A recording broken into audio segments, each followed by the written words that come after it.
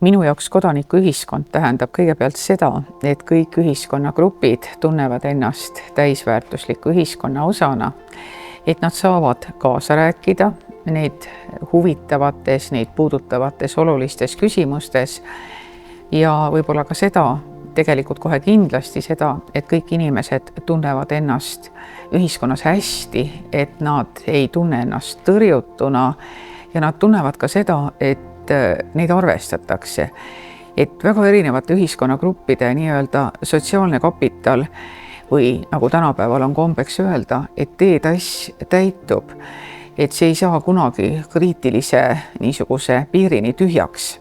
Ja ma arvan, et meil on kõigil siis natukene parem olla, sest me oleme erinevad. Meil on erinevad huvid, meil on erinevad soovid, meil on erinevad arusaamad, kuidas asju peaks ajama, kuidas elu peaks korraldama, mida tuleks teha, et kõigil oleks ühiskonnas parem elada ja sageli just nende erinevate inimestega ja erinevate ühendustega vestlemine sõelub välja need eriti tuumakad tuumad, mis võiksid ju aidata meie elu edasi viia.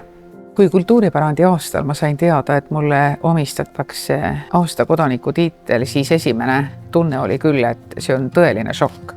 Kultuuripärandi aasta oli väga tihe, oli täis huvitavaid üritusi, huvitavaid kohtumisi. Ma sain tegeleda teemadega, mis on mulle südames ja erialaselt väga olulised. Ja kahtlemata iga tunnustus on väga austusväärne, eriti kui see tuleb kolleegidelt. Ja see võtab silma märjaks ja teeb nagu südame soojaks. Aga samas ma tunnen, et see paneb õlgadele ka kohustuse.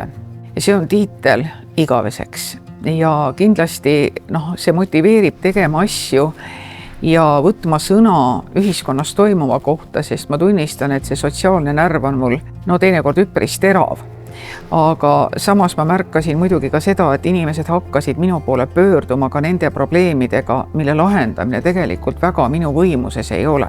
Et see on selles mõttes on ta huvitav situatsioon, et olla oma kogukonna poolt tunnustatud on ühelt poolt väga suur au. Teisalt on see kohustus ja kolmandaks paneb ta kogu aeg nii-öelda kella tiksuma või kuklas kumisema selle, et mida ma saaks selleks teha, et Eesti kestaks.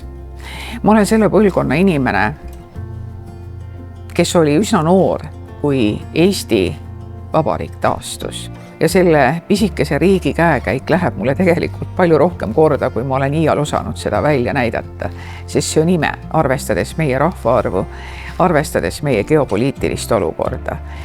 Ja ma olen hästi palju mõelnud selle peale, et tegelikult me kõik teeme ajalugu.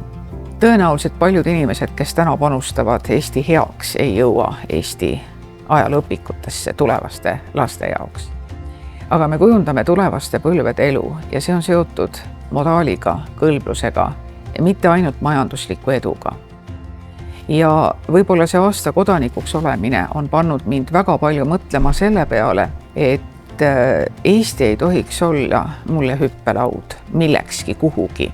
Ma olen pärit võrukeelsest kogukonnast ja Kagu-Eestist ja kasvasin üles teadmisega, et selleks, et Eestis nii-öelda edeneda, või see hoiak oli selline, et maalt tuleks ära minna kuskile, kus on paremad marjamaad ja karjamaad. Need olid 60-ndatel, 70-ndatel linnad, sest ka siis pandi maal väikesi koole ju kinni.